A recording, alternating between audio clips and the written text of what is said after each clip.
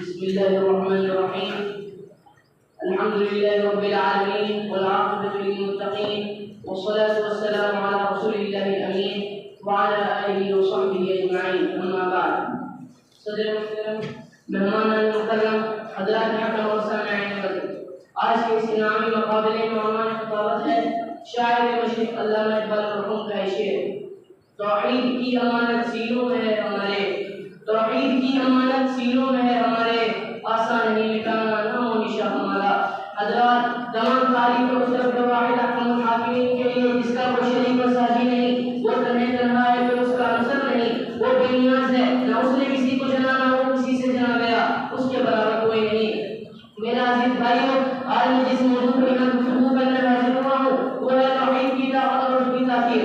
اللہ رب العزت نے انسان کو اشرف المخلوقات بنایا، مگر یہ شرف اس وقت تک مکمل نہیں ہوتا جب تک بندہ اپنے رب کی وحدانیت کا اچھی طرح اقرار نہ کرے۔ توحید یعنی اللہ کو ایک ماننا، یہی ایمان کی بنیاد ہے، یہی اسلام کا اساسی رکن ہے، یہی عبادت کی روح ہے، یہی بندگی کی معراج ہے، یہی زندگی کا خلاصہ اور مقصد ہے۔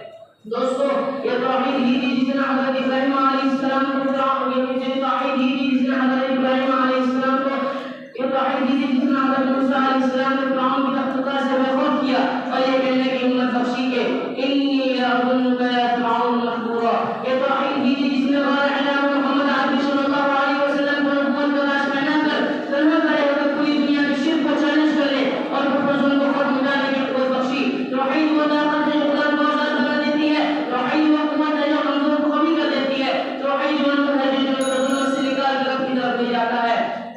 دوستو، آج امت کی کمزوری کا سب سے بڑا سبب کیا ہے؟ سب سے بڑا سبب یہ ہے کہ ہم نے اللہ کو چھوڑ کر مخلوق کے آگے ہاتھ پھیلانا شروع کر دیا، کبھی پیروں کے آگے، کبھی درگاہوں پر، کبھی اور سنیے۔ یہ کمزوری ایمان کی کمزوری ہے اور اس کمزوری کا علاج توحید کی تصدیق ہے۔ جب دل میں توحید راسخ ہو جاتی ہے تو ایک بے مومن کرو عرش والے زمین سے فرعون کی طرف نہیں، عرش والے رب کی طرف ہو جاتا ہے۔